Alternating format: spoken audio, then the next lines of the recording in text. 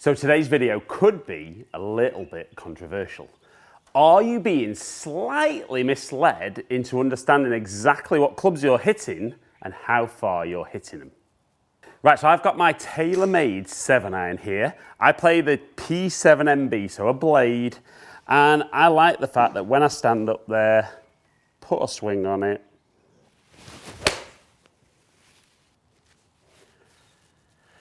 got my little drawery one there, maybe turn it over a little bit more than I want. But I've got my carry distance at 155 yards. Ball's getting out kind of where I expect. But most golfers nowadays would like a little bit more distance. And very often you go along, maybe try some clubs, possibly even hit someone that you're playing with's new 7-iron. So I've got another tailor-made 7-iron here. It's actually the Sim 2 Max OS. And I'm only doing the tailor-made product. This is very relevant to every manufacturer's product. I'm only doing the tailor-made stuff because I currently play a tailor-made iron. But let's say I just wanted a little bit more distance and somebody tells me that, you know, these new irons go a long way. I've heard the guys sitting around in the bar talking about how they're now bombing 7-iron out there. So I think, come on, let's give it a go and let's see.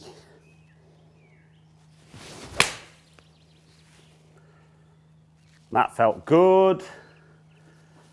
Again, there's my little shape as normal. And wow, suddenly I go from 155 yards carry to 172. Now that is an unbelievable change, and I know what you're thinking, but they're both a 7-iron. And doesn't everybody want to hit the ball further? Well, very possibly. But what if I were to tell you that potentially that 7-iron isn't really a 7-iron? And I'm going to hit a few more shots with this. I'm going to hit a couple with mine, and then I'm going to look at some numbers as to potentially why it's not a 7-iron, how I might refer to a 7-iron, but how the manufacturers will very much tell us that this really is a 7-iron, but just a modern 7-iron. So let's hit 2 or 3 more with these. So definitely for me, you know, a very different looking 7-iron, very big, very chunky, not something that necessarily fits my eye, but I think for the golfer who doesn't strike the ball maybe as consistently as me, they might like the look of something like this behind the golf ball. Now there's a little miss hit, just drifting out to the right, but the important thing is to look at distance. So that miss hit, and that was a really bad one, actually went further than the one that was well struck with mine. So let's go again.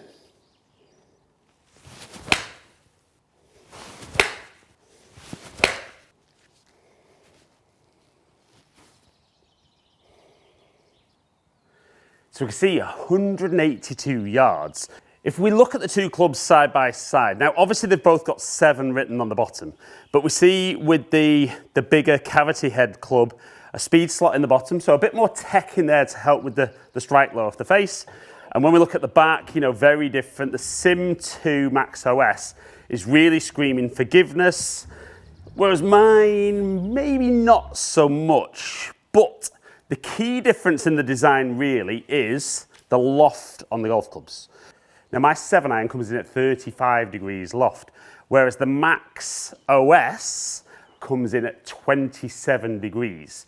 Now just to put that into perspective, the 5-iron in the P7MB is actually 27 degrees. So that's my initial thing as to, does that really equate to be in the same golf club when there's 8 degrees difference loft? Now I'm going to look at some numbers on TrackMan just quickly and show you the difference in performance that the loft gives us. Okay, so with my 7-iron, so 155 carry, 161 total. Swung at 86 mile an hour, ball speed was 113, launched at 20.3, and therefore backspin was 6,000, just under 6,300. Now when we look on Optimizer there, what we see is that that's incredibly close to what a 7-iron at 35 degrees should produce. And I'm pretty happy with that, and I know for me, those are my numbers.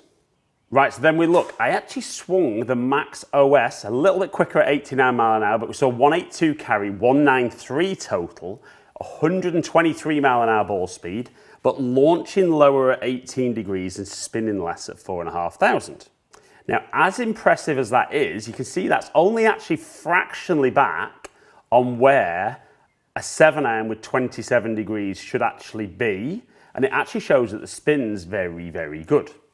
So we can see it's super strong loft, it gives some super strong performance, but it actually still kind of launches reasonably for a club at that loft. Therefore, it performs absolutely like a 27 degree iron should do. Now, should that have a 7-iron written on the bottom, or should we have lofts on the bottom? This is a discussion that's been going on for the last few years.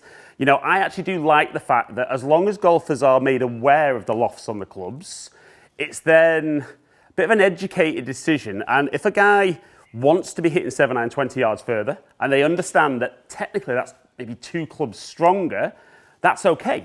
It opens up other issues maybe at the bottom end of the bag where do you have to carry more wedges? So are we really relabeling the irons? But I know a lot of guys that would stand there who don't necessarily hit 7-iron a long way, who will stand and go, they love how quick that feels off the club. They love the fact that they're now hitting 7-iron up with their pals, even though potentially that should have 5 or 6 written on the bottom, but it's big, it's forgiving. It does launch the ball pretty high. We could see it was only 2 degrees difference launch angle, even though it's 8 degrees less lofted, because there's so much weight down in the bottom of the head, and it really gives that extra forgiveness. Now, just to put into perspective, that last one I hit there was 182 again. Now, if I were to then grab my P7MB 5-iron and hit this, this is now 27 degrees. So can I still get my ball speed up around that 122, 123? And can I still get my carry at 185? Again, just a little bit pulley, but we can see my ball speed's bang on. My club head speed was bang on. My launch angle was incredibly similar. And the spin rate's there. So actually, the Sim2 Max OS 7-iron goes the exact same distance and almost the same flight as the P7MB. Like I said, this is possibly a bit controversial, this video, but I would say if I gave most guys that 5-iron to hit, they'd struggle with confidence. One, because of the size of the head, the lack of forgiveness, but equally, when they'd look at it, they'd think, I'm not good with a 5-iron, I don't like that amount of loft. And yet with that 7-iron, that's the exact same loft, but just built in a much bigger, more forgiving head. So do manufacturers need to be a little bit more transparent? I mean, it's all there on the website. You can look, and I said it's not just TaylorMade, Titleist, Ping, everybody. Those lofts are getting stronger, kind of helping golfers think they're hitting the ball further, but really they're just hitting a stronger faced iron. But like I said, as a fitter, I don't mind that as long as I make the golfer in front of me aware that they're now hitting a 7-iron that's 4, 5 degrees less lofted. That should go 12, 15 yards further. And as long as they get the performance, as long as it works, that's absolutely fine. But there has to come a point, doesn't there, when the loft on a 7-iron becomes so strong that 7-iron actually is the longest iron that any golfer can hit, but then they might carry 5 or 6 wedges. So which is most beneficial for golfers? Would you like to see a little bit of more of a return to traditional lofts? Do you want to see them getting stronger? Is it a little bit of a lie, bit of a scam? Or are we just happy, kind of thinking we're hitting the ball further and further as we go through the years, when actually we're just getting the equipment manipulated a little bit on loft to boost egos and get better performance? So guys, as ever, hope you've enjoyed today's video. If you have, like it and share it, comment below. I'm really interested to know what you guys think about lofts on irons.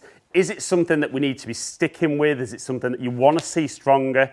Do you not care? Do you just want to sit in the clubhouse, tell your golfing friends how far you're crushing your 7-iron, even though it might actually be a 5-iron? But is it helping you play better golf? Are you getting your scores down? And ultimately, like I said, do you not care? Is it just all about giving you more enjoyment for your golf?